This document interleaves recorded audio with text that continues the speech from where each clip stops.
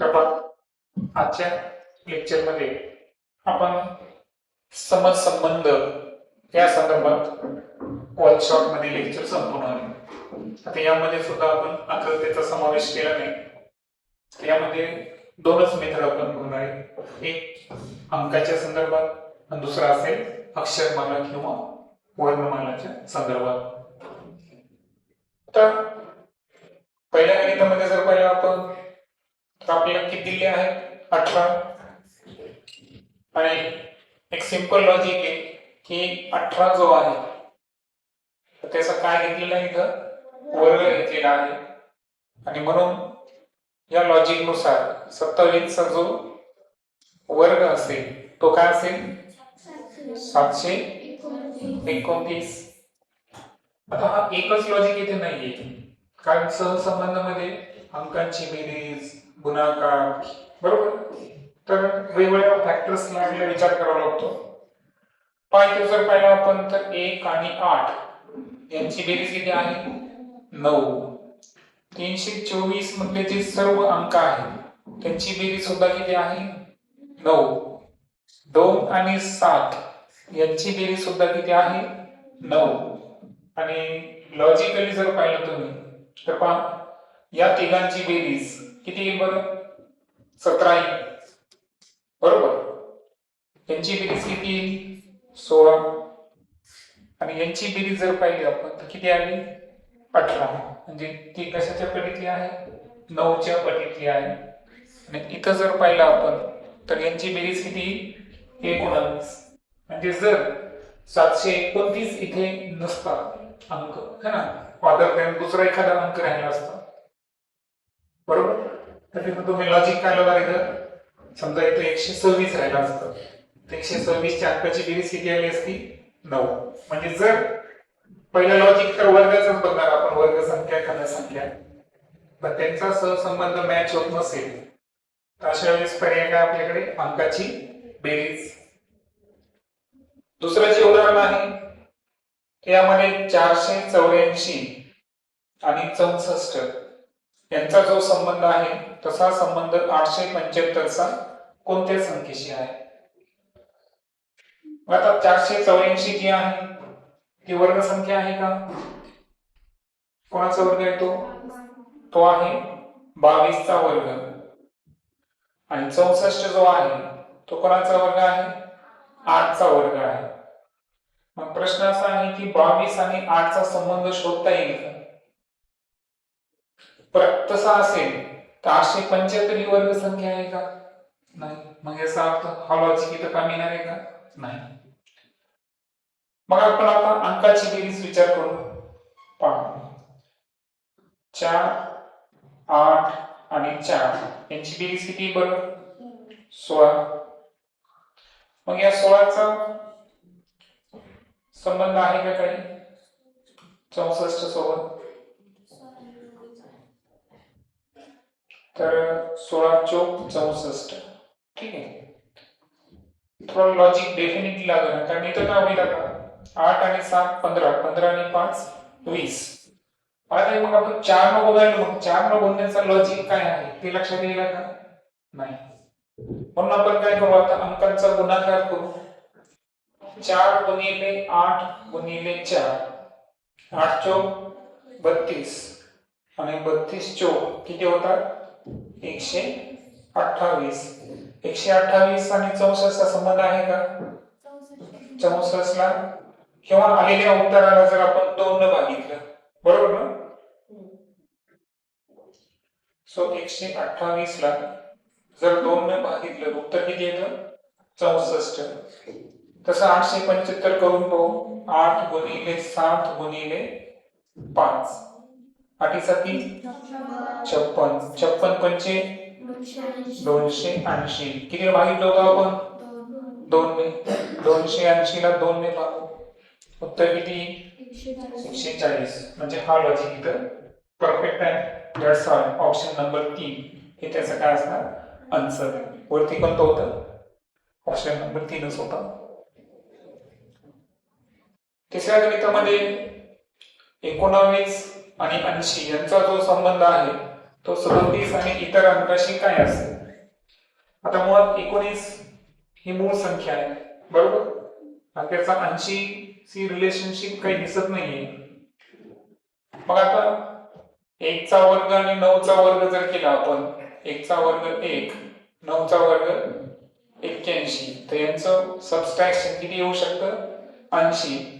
तसं 3 चा वर्ग काय आहे, 9. 7 चा वर्ग 49. मग 49 मधून 9 जर वजा केले आपण तर किती आहे, 40. ते पर्यायामध्ये आहे. दुसरं एक लॉजिक बघू आपण. 1 आणि 9 चा गुणाकार केला तर किती येतो, 9. सॉरी, बेरीज करू आपण. चला, 1 आणि 9 ची काय करू, बेरीज करू. किती आलं, 10. आणि 9 आणि 1 चा फरक घेऊ, तो किती आहे, 10.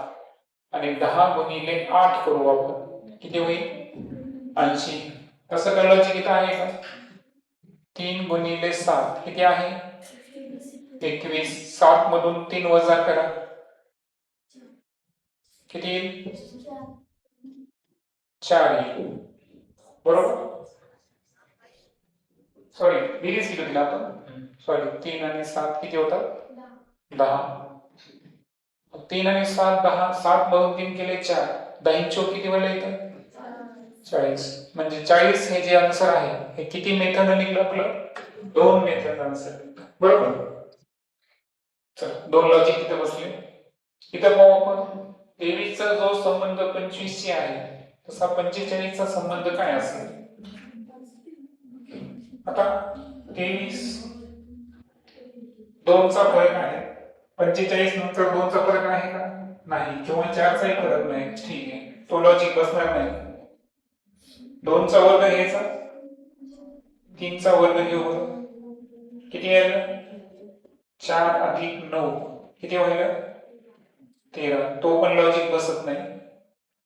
2 आणि 3 ची बेरीज करू बरं, त्याचा वर्ग घेऊ. 2 आणि 3 ची बेरीज आणि त्याचा वर्ग, 5 चा वर्ग किती यायला, 25. चला, हा लॉजिक क्रिएट करू. 4 प्लस 5 त्याचा वर्ग घेऊ, 9 चा वर्ग किती यायला, ऑप्शन नंबर 3 हे आन्सर असेल.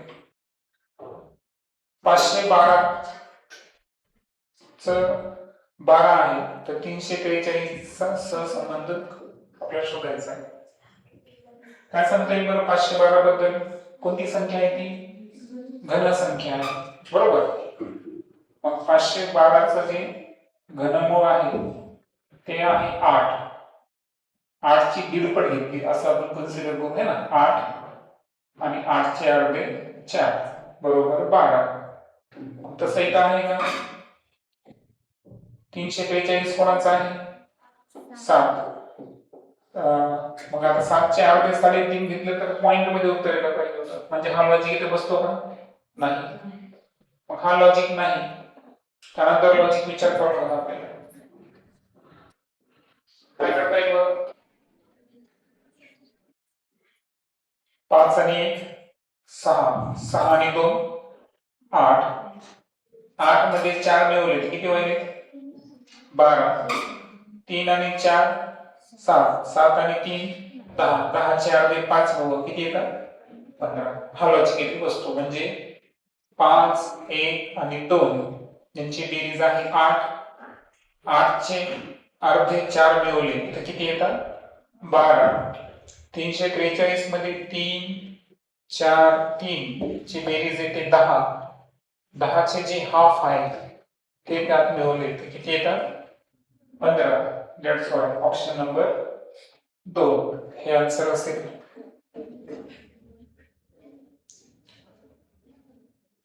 आता काही गणित फ्रॅक्शन स्वरूपात सुद्धा आहे. आता 18/19 चा सहसंबंध 57/600 शोधायचा आपल्याला.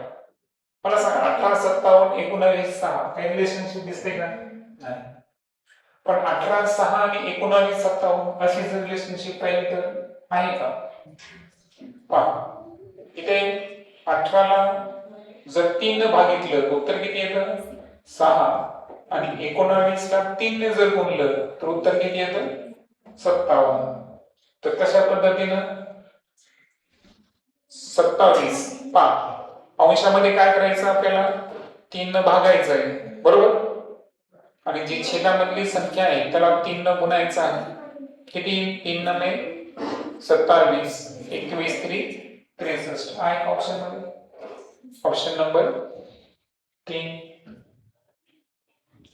शेवटचा गणित घेऊ आपण 5 चा सहसंबंध 100 सोबत तर 8 चा सहसंबंध शोधायचा आपल्याला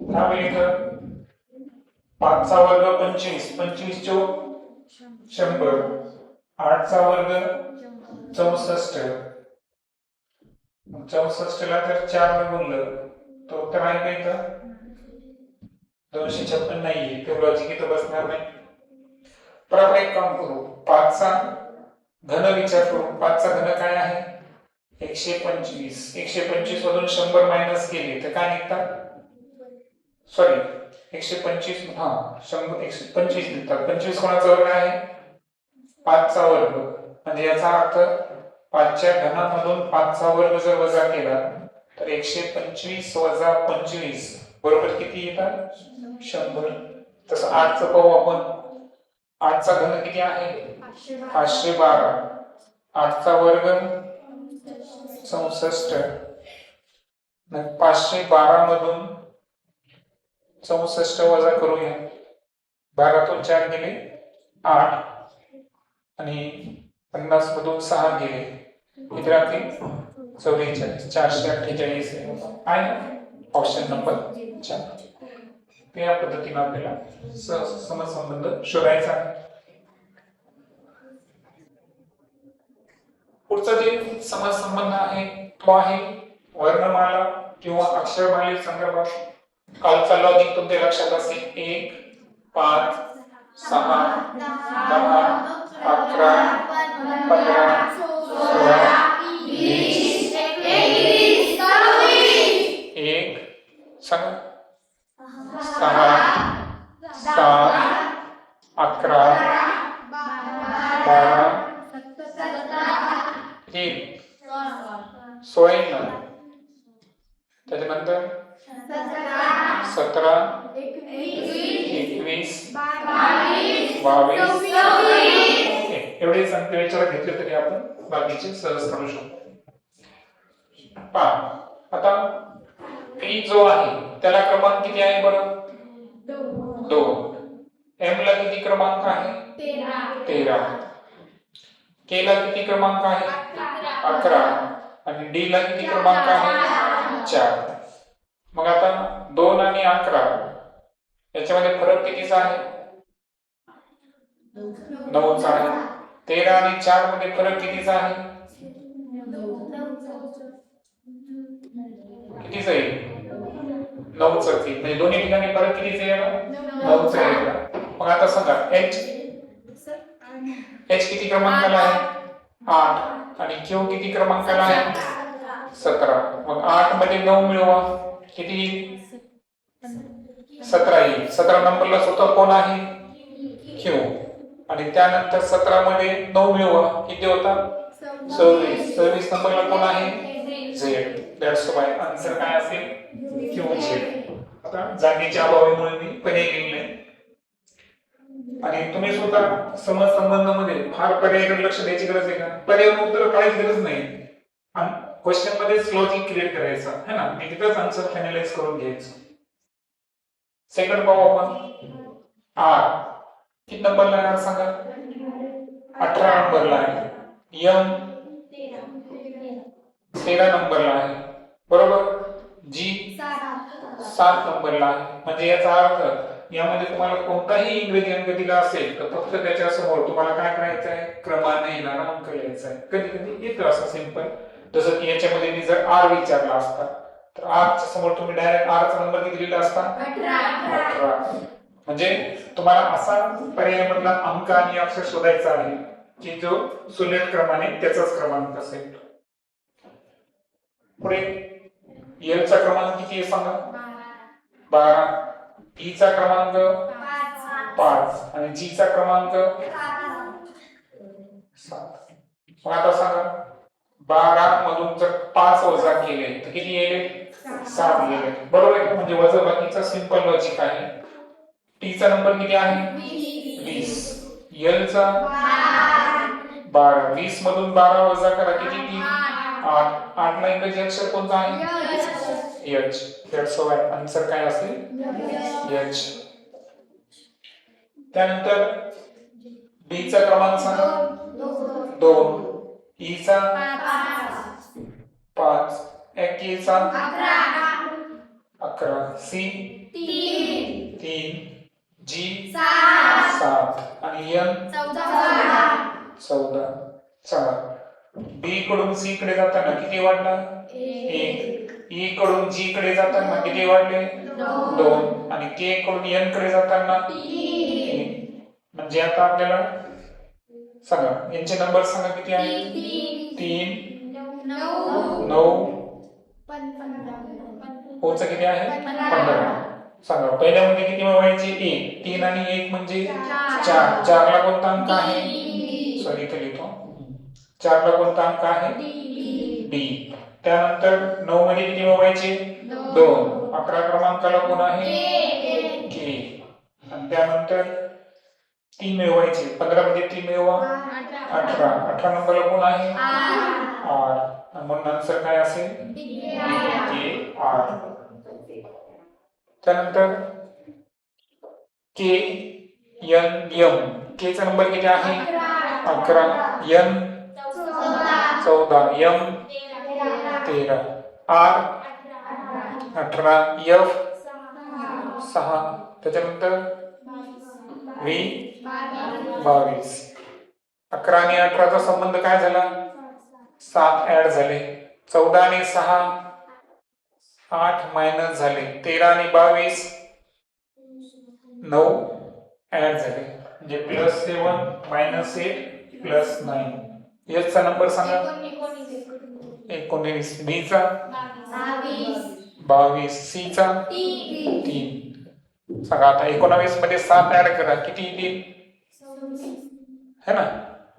19 मध्ये 7 ऍड केले वाटल्यास डायरेक्ट नंबर लिहितो. 26.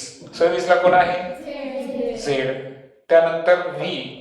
नंतर काय करायचे? 8 मायनस करायचे. 22 मधून 8 वजा करा 14. 14 नंबरला कोण आहे? कोण आहे?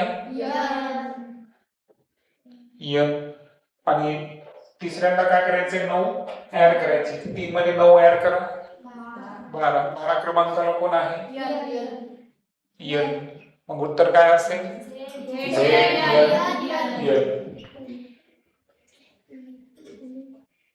सांगा पुणेचा नंबर काय? पुणेचा नंबर सांगा आता. पी पॉवर पी चं किती आहे? 16. 21. 14. 5. आता येतं के 11. 6. 13. 22. आता 16 आणि 11 मध्ये कितीचा फरक आहे? 5. 21 आणि 6 मध्ये कितीचा फरक आहे? 15चा फरक आहे. 14 आणि 13 मध्ये कितीचा फरक आहे? 3चा. आणि 5 आणि 22 मध्ये. आता इथं काय झालं? फरक करताना थोडस ऑड नंबर यायला. मग ऑड नंबर येत असेल याचा अर्थ उलट आणि सुलट करून आपण विचारात घेणार. मग आता के चे आपण उलट नंबर घेऊ. सांगा के चा उलट नंबर किती आहे? किती आहे? 16. त्यानंतर एफ चा उलट नंबर किती आहे? 21. त्याच्यानंतर एम चा उलट नंबर किती आहे? 14. त्यानंतर व्ही चा उलट नंबर किती आहे? 5. आता हे नंबर आपल्या काही कामाचे आहेत का? नाही. म्हणजे याचा अर्थ काय झाला की क्रम तोच आहे, फक्त पुणे शब्दाचं के एफ एम एन घेताना क्रम कसा घेतलेला आहे? उलट घेतलेला आहे. मग आता एन चा सांगा. 11. आय 9. आर सॉरी यांचं किती आहे? 13. त्याच्यानंतर किती आला? 9. आर चा किती आहे? 18. आणि ए चा किती आहे? 1. मग आता उलट क्रमाने 13 नंबरला कोण आहे?